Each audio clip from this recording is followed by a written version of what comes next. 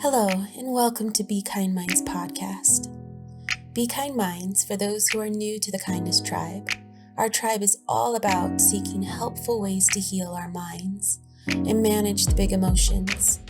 We're a safe place for those who experience the big emotions to come together and be ourselves, taking life one step at a time.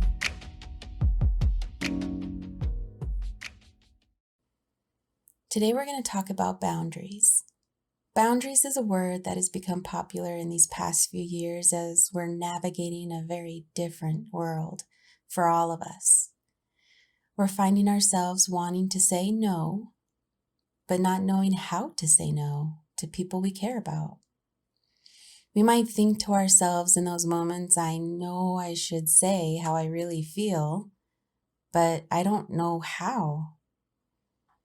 I avoided setting boundaries for many years in my life because I had a belief that thinking of my own needs was selfish and that it's better to give than to think of myself. Therefore, I should always say yes. I believe that if I am feeling badly about things, the situation, or how I was feeling, it was my fault for not doing enough or thinking too much about how I was feeling and not enough about others. I avoided being in my own head as much as possible, but that came at a cost of my mental health.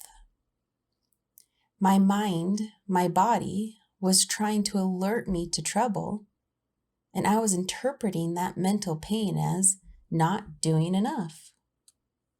Our internal belief is that if I say that word, if I say no, then they might think that I don't care or I don't love them. What if the request from them is to spend time in person, but I'm emotionally spent and I feel that what I can give out right now is limited? How do I express that without them getting the wrong impression? What if their love language is physical presence, but my limit is words of affirmation? I can chat, but I'm not feeling the energy to meet up in person. So sometimes the easier thing to do is just say yes and do it anyways. Or make up a story that isn't true in an effort to avoid telling the truth because we feel the truth might hurt their feelings. We do that all the time when we know by now it's not really serving anyone to lie. It's not serving our emotional and physical health when we overextend ourselves. And it doesn't serve them when what we're offering is a reluctant yes from an empty cup, or a lie in an effort to avoid the discomfort of saying no, which still provokes discomfort within us, but a more tolerable discomfort in that moment. When our energy, our body language, does over 60% of the communication to others, not our words, when we say yes, but we really wanted to say no, or we continue to make up stories to avoid saying no, the message we think we're hiding is still getting sent. If we continue to deny our real feelings that sound like, I really don't have the energy to do that today, or I don't like it when we talk about that subject. When we instead go along with it anyways to keep what we think is peace, it's not peace because there's actually a war brewing inside our minds, the poison of resentment starts to settle in and our relationship slowly suffers. This person we care about and who we want to stay connected to, but we don't know how in a way that feels good, they make us feel uncomfortable. We find ourselves going out of our way to avoid that discomfort. We begin to feel dread when we see them calling us or that they sent us a text, and we feel guilty that we feel this way. Or sometimes the resentment we feel comes from feeling taken advantage of, our time, our kindness, our willingness to help. We feel used and abused for playing nice. This can cause us to turn inward and beat ourselves up. And we don't like this version of ourselves when we, quote unquote, serve others that we feel we can't say no to. It's important to understand that when we feel moved to serve others because we have been taught that serving others helps us feel happy and helps them too, which it does, but there's more to that than it sounds. The intention is to serve out of real love. We need to feel that love. We need to want to serve sincerely. Otherwise, what we're giving to them is not actually love if it's given in the spirit of contention. Because we're feeling resentment. It's not fair to them, and it's not fair to you when it's not honest. If our honest desire is to nurture a relationship with people we care about in a way that conveys real, healthy love, and we want to feel all good feelings when we interact with them, we have to do the work. It's a lot like building a garden that we want to bear healthy fruit. If we avoid pulling the weeds because we don't want to get dirty, the plants that we love will suffer from our reluctance to dig in and pull out those annoying weeds we wish wouldn't grow. It never works to blame the weeds for a plant that is suffering when it's our choice to not remove what is causing the problem. So how do we make this task of setting boundaries easier and less intimidating? I'd like to share with you 3 ways I have found to make boundaries feel easier, and practicing these efforts have proven fruitful in my life. First, we need to identify the red flags. When thinking about setting boundaries, you want to begin with identifying the red flags in your current relationships. Is there anyone in your life that you want to keep connected to, but there are interactions you have with them that feel uncomfortable? Start taking down notes of what those interactions are. Is there anyone in your life that you persistently feel uncomfortable around? Begin taking notes about what it is that makes you feel uncomfortable. A question you can ask yourself around people in your life is, how do I feel about myself around them? These people you choose to keep in your life should help you feel better about yourself, not worse. Maybe these people need to be removed entirely from your life, or your time with them will just need to be limited. When establishing boundaries, our goal is to plant a seed that grows a relationship where our responses to them will be built on an unspoken understanding of, I trust you enough to be honest with my real feelings. Now, this does not mean that you say everything unfiltered. What this means is that you can be honest with them on the need to know important matters of emotional health. This may sound like, I feel uncomfortable when, or I am not feeling myself today, I need to cancel our plans, or I honestly don't feel up to it. This relationship, based on this unspoken understanding of trust, produces fruit that you can say, I don't want to, and you trust that they will respect how you are feeling, and they can trust that you will always be honest with them without conflict. That is healthy love. The magic that happens when we can build these relationships is that when you feel you have a safe choice and your subconscious begins to register that, you will come to want to give more to those who will give you freedom. You will want to give more to those you can really trust and feel safe with.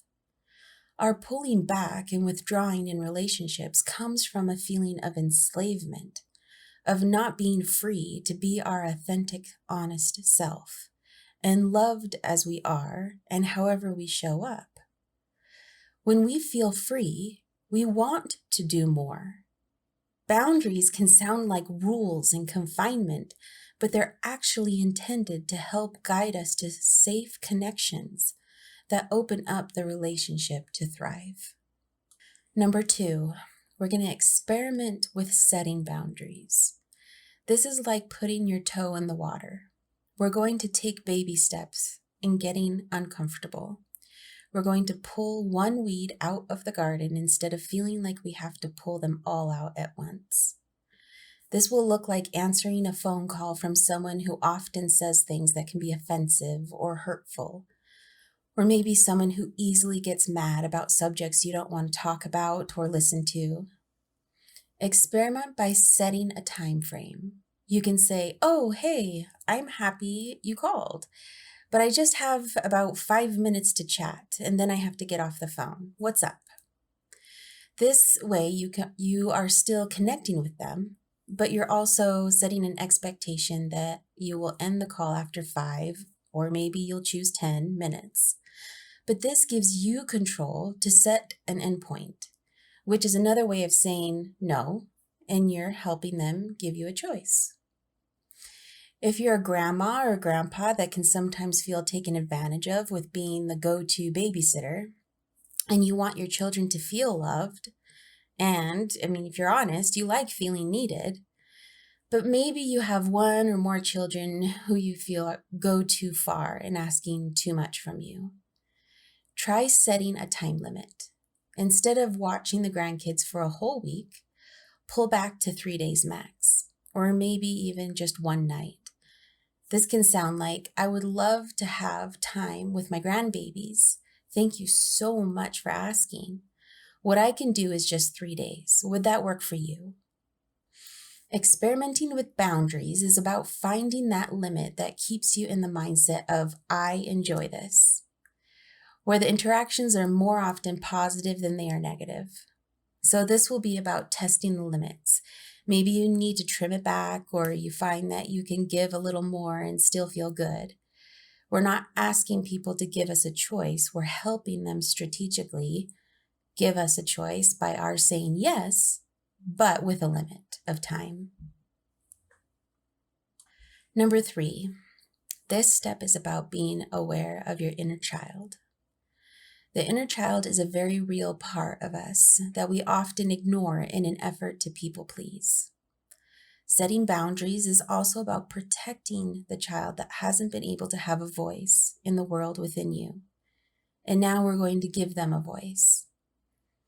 When we find ourselves connecting with someone we feel insecure with, we're going to practice setting the guidelines for the conversation. This will sound like, "I don't mind talking about this subject, but we need to give each other equal time to talk without interruption. If we start to interrupt each other, then we will need to end the conversation, and maybe we'll revisit another time." Or it might sound like, "I really don't feel comfortable talking about this topic with you, but I understand it's important to you. I feel that it would be better that you find someone else who feels the same way as you do, that you can enjoy having that conversation with them. I would much rather talk to you about other things." One important key to keep in mind about what we choose to talk about with those we care about and want to feel close to is, will talking about this benefit our relationship? Or, how will talking about this benefit our relationship? And you might even ask that question to them before you step into the topic of conversation. Every interaction we have with our loved ones, our friends and family, should be with the goal in mind to benefit the relationship. If we have a sense that the conversation will provoke contention, we should reevaluate if the conversation is worth having, or if it would be better to have that conversation with someone else.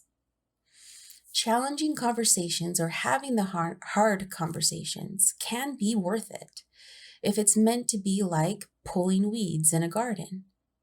If the end goal will be more room to grow, clearer and more honest conversation, greater trust, and a feeling of better understanding one another, that is worth getting uncomfortable. But if it time and time again leads to hard feelings, resentment, and greater contention, where the other person refuses to change and refuses to listen and respect your needs and honest desires, that is when the really hard decisions need to be made of, can I have this person in my life? Boundaries are meant to keep the people we love in our life, not to avoid them or kick them out, or even to change them. They are meant to evaluate and measure, how can I keep this person in my life in a way that helps me feel safe, in a way that helps me feel good about myself, and in a way that I can love them and feel loving towards them. How can I find ways that help me want to be close to them and discover ways that I can help them in their life without feelings of resentment? So begin with getting curious.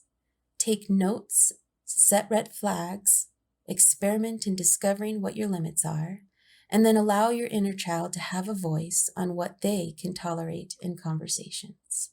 Please subscribe and follow for weekly thoughts on emotional topics. And I thought, since many of us neurodivergent minds struggle with calming our active minds, I'd end each episode with some calming music and positive affirmations to feed our mind some much needed love. If you have any ideas or suggestions for future podcasts or topics you'd like to hear about, please let me know. Please follow and subscribe, and if you like what you hear, consider leaving a 5-star review. And if you feel able to support an artist, consider leaving a tip via Venmo at Be Kind Minds. Thank you for your support, and please don't forget, be kind to your mind. Today we're working on feeling brave and getting curious about boundaries, so we can feel safe in our relationships with those we love.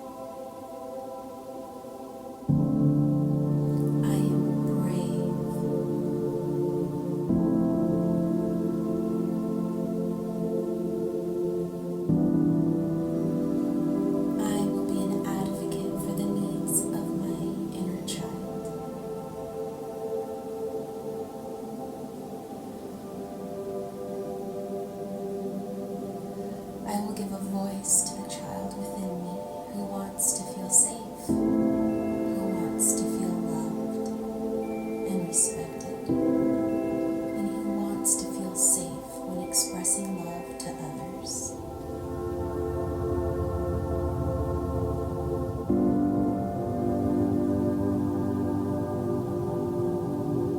I will always be enough for those who need me, those who do not need my light. I will express only love and support for them, seeking answers for their own self-discovery.